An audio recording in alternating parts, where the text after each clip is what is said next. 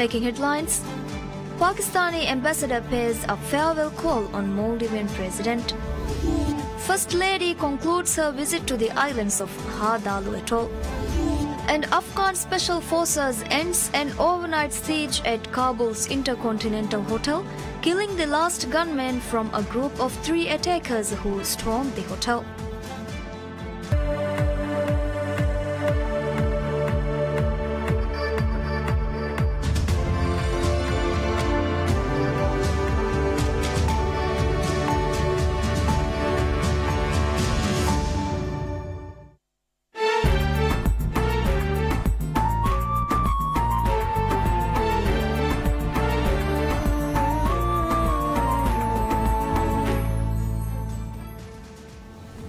Bismillahirrahmanirrahim. Assalamu alaikum. I'm Nasma Abdul Mohsen and this is PSM News.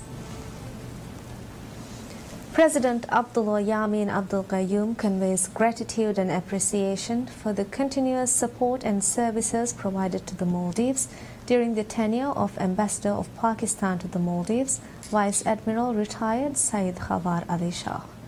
The President made the remarks during the farewell call of the Pakistani ambassador. During the call, the Maldivian President conveyed greetings and good wishes to Prime Minister Shahid Khaqan Abbasi, President Mamnoon Hussain and the people of Pakistan. Noting that the Maldives and Pakistan have enjoyed historic and close bilateral ties based on mutual respect, understanding and shared values, the President expressed hope and confidence that the Maldives and Pakistan will continue working together on regional and international issues of mutual concern to further strengthen the existing ties between the two countries. The ambassador emphasized that it was an immense pleasure to have served as the ambassador of Pakistan to the Maldives. He noted that Pakistan and the Maldives have always had excellent relations and that the two countries have become even closer in all spheres of life in recent years. The ambassador further noted that the Maldives stands as an example to other Islamic nations and highlighted that the Maldives has attained all the indicators of a successful middle-income country. Vice Admiral retired Syed Khabar Ali Shah was appointed as the ambassador of Pakistan to the Maldives in 2015. First Lady Fatmat Ibrahim concludes her visit to the islands of Hadalu Atoll as part of her nationwide social campaign.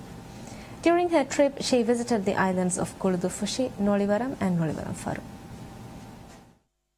First Lady Fatmat Ibrahim is regarded as an exemplary figure for her efforts in bringing betterment to the society, especially to the marginalized groups in the society.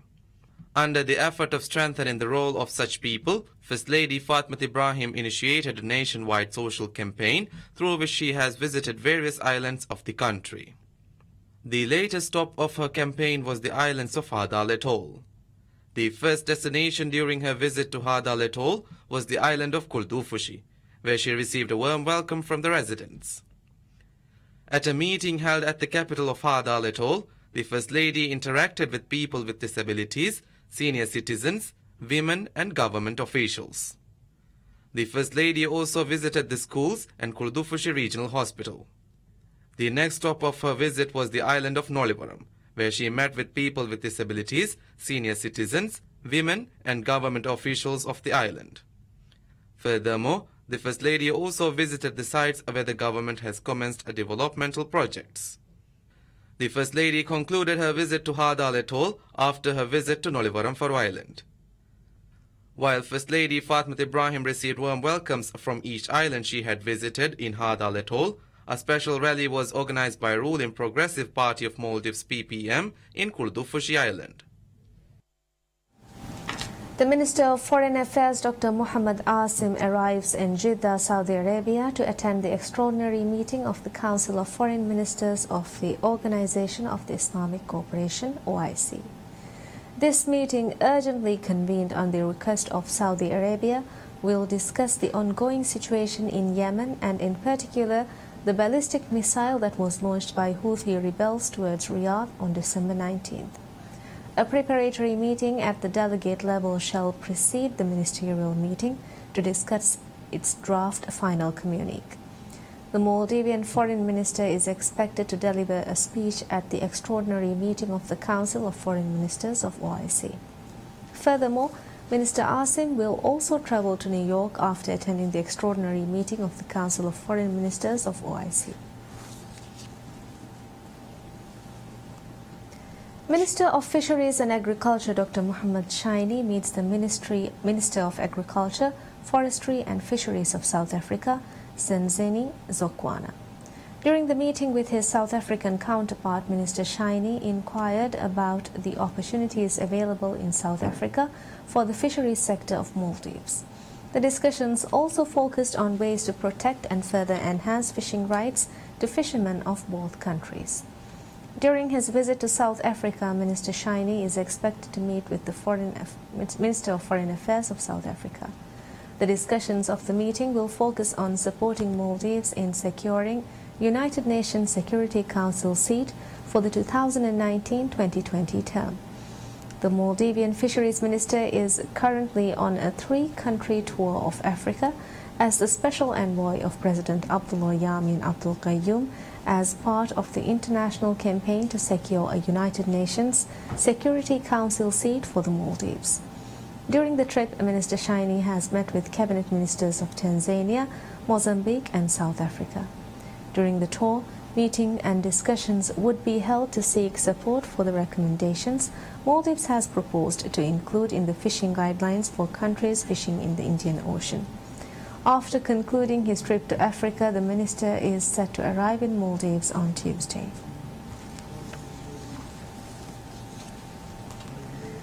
Ministry of Islamic Affairs reveals that donations over $909,000 were made for patients with medical conditions seeking financial assistance. In this regard, a Zakat fund donated for patients with kidney diseases, heart diseases and lung diseases in 2017.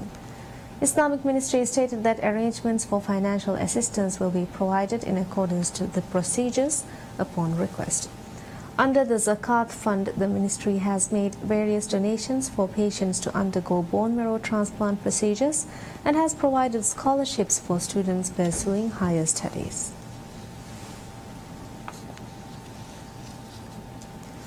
Minister of Education Dr. Aishat Shiham states the administration has embarked to the academic new year with a vision to make 2018 the most successful year with the implementation of technological advancements.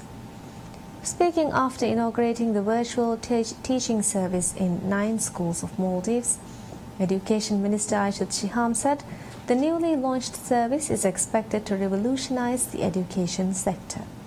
In this regard, Minister Aishat Shiham said the new service would act as a bridge networking all the schools in Maldives.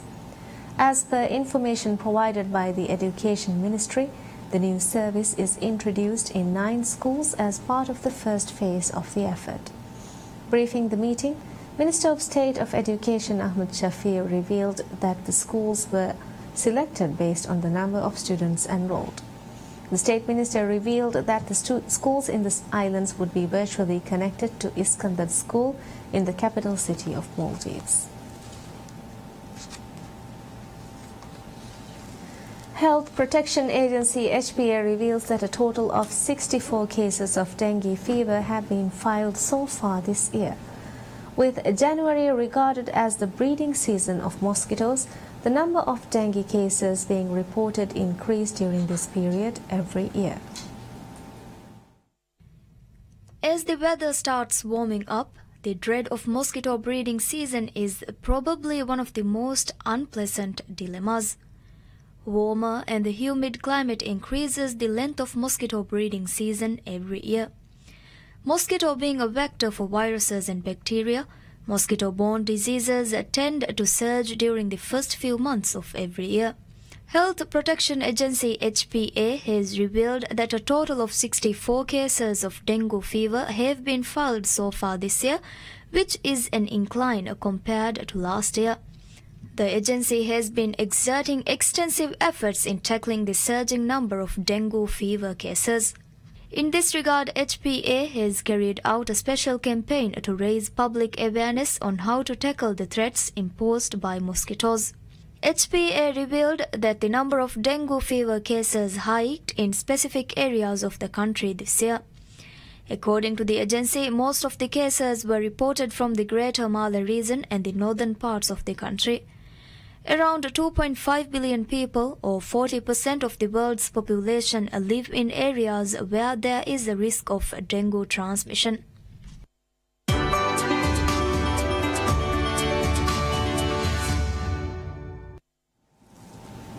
Maldives Marketing and Public Relations Corporation MMPRC showcases Maldives in Boot 2018 held in Dusseldorf, Germany from January 20th to 28th. According to MMPRC, 15 officials from 7 companies are representing Maldives as a destination in the fair this year. The Maldivian delegation is headed by Acting Managing Director of MMPRC Haris Mohammed and Ambassador of Maldives to Germany Jamila Ali Khalid. Boot is one of the leading boat and water sports fairs in the world and is the key meeting point for industry personnel every year. Over 1,800 exhibitors, 900 of them from more than 60 countries apart from Germany, will be presenting their innovations, attractive developments and maritime products during the fair.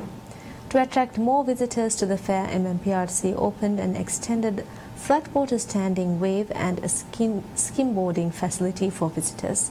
With 99% water and unique underwater beauty, dive segment is an important segment to the destination.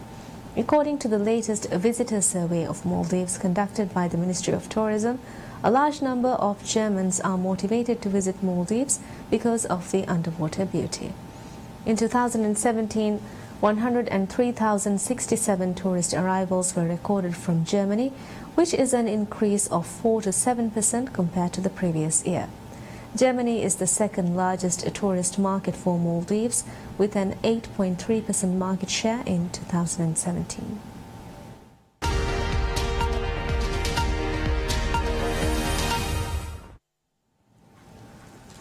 Afghan special forces and an overnight siege at Kabul's Intercontinental Hotel, killing the last gunman from a group of 3 attackers who stormed the hotel, taking hostages and battling security forces for hours.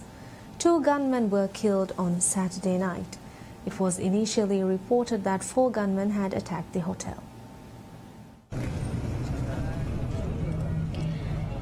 Interior Ministry spokesman Najib Danish said at least 5 people had been killed and 6 wounded, a lower casualty total than earlier feared, while 153 people, including 41 foreigners, had been evacuated. As the day broke, the clouds of black smoke could be seen pouring from the building. Several armored U.S. military vehicles with heavy machine guns could be seen close to the hotel along with Afghan police units. The raid came just days after a U.S. embassy warning of possible attacks on hotels in Kabul. There was no immediate claim of responsibility. The raid was the latest in a long series of attacks which have underlined the city's precarious situation and the ability of militants to mount high-profile operations aimed at undermining confidence in the Western-backed government. Hotel manager Ahmad Haris Nayab, who escaped unhurt, said the attackers had got into the main part of the hotel through a kitchen before going through the hotel. According to one witness, the attackers took hotel staff and guests hostage. The Intercontinental Hotel, an imposing 1960s structure set on a hilltop and heavily protected like most public buildings in Kabul, was previously attacked by Taliban fighters in 2011. It is one of the 2 main luxury hotels in the city and had been due to host an information technology conference with more than 100 IT managers and engineers were on site when the attack took place. United Nations Special Rapporteur on Myanmar Yanghee Lee visits a refugee camp in Bangladesh as Rohingya refugee leaders drew up demands ahead of the upcoming repatriation. They took lots of pictures. Yeah. Rohingya leaders at the Nayapara refugee camp in Cox's Bazar district have drawn up a list of demands that they want Myanmar to meet before authorities start sending back hundreds of thousands in a repatriation process expected to begin next week and last for 2 years. The petition is the latest indication of the challenges ahead of Bangladesh and Myanmar as they try to engineer the return of refugees who fear continued military operations in Rakhine State and are dismayed about the prospect of a prolonged stay in temporary camps in Myanmar when they go back. The petition, handwritten in Burmese and which is still to be finalized, demands the Myanmar government publicly announce it would give Rohingya long-denied citizenship and inclusion on a list of the country's recognized ethnic groups. It asks that land once occupied by the refugees be returned to them and their homes, mosques and schools be rebuilt. I wanted to express our Rohingya refugees' sorrowful conditions and our Rohingya refugees' demands. We want Arkani Rohingya nationality cards from government of Myanmar before we go back to our homeland, Arkan, state of Myanmar. We want legal justice from UN against the case of ethnic cleansing and genocide of 1942, 2012, and 2016 and 2017 till today. UN Security Council force to be established in Arkan state to release the innocent Rohingya from the jails of Myanmar.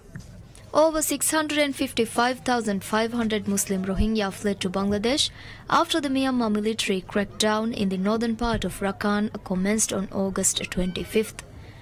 The United Nations has described the operation as ethnic cleansing of the Rohingya. U.S. Vice President Mike Pence tells Egyptian leaders the United States would support a two-state solution for Israelis and Palestinians if the two sides agreed. The Vice President kicked off a trip to the Middle East with a visit to Egypt, where he also pledged firm U.S. backing in the nation's fight against militants.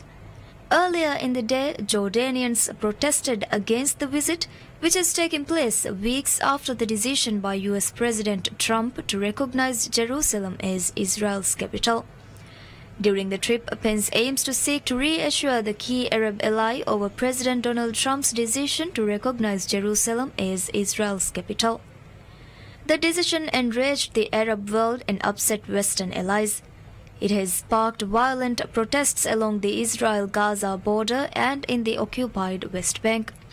Pence, a strong supporter of Trump's decision, was earlier in Egypt and will also visit Israel for talks with Prime Minister Benjamin Netanyahu, the White House said in a statement earlier this month.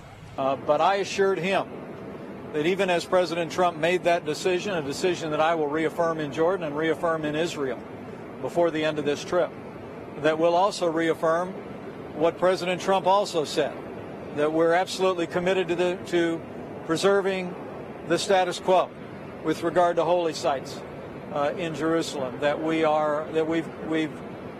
have come to no final resolution about boundaries or other issues that are to be negotiated between the parties. And if the parties agree, I reminded President El-Sisi that President Trump said that if the parties agree, we will support a two-state solution. Pence is on a three-country tour that also includes stops in Jordan and Israel. This is the highest-level visit from a U.S. official to the region since December, when Trump recognized Jerusalem as Israel's capital.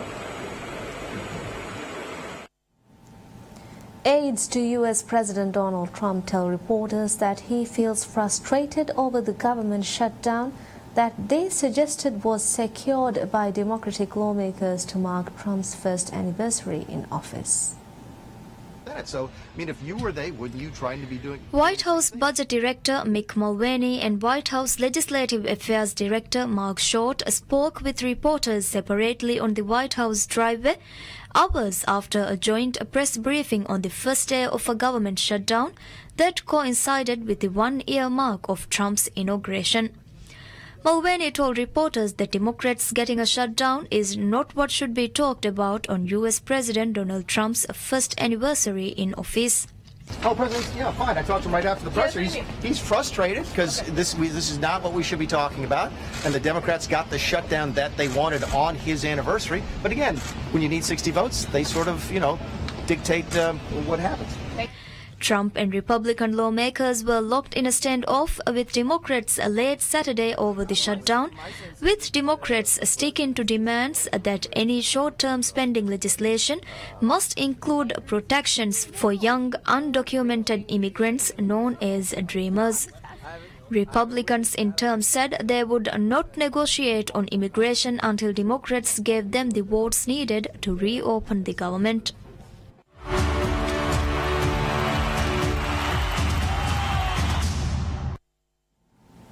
Barcelona have their confidence dented by Espanyol, ending their 29-game unbeaten run in all competitions with a surprise win in the Kings Cup, and the runaway Liga leaders will be put to the test again against Real Betis. Only Barcelona and high-flying Valencia have scored more goals than Real Betis, who have garnered a reputation as one of the most exciting teams in the league this season under attacking ideologue Quique Setién. Barca have been accused of playing uninspiring football on occasion this season, but last week turned on the style to come from 2 goals down to beat Real Sociedad 4-2, ending an 11-year hoodoo away to the Basque club and preserving their 9-point lead at the top of the standings. Barcelona coach Ernesto Valverde insisted that the priority is La Liga, as it is a championship that reflects on the whole year.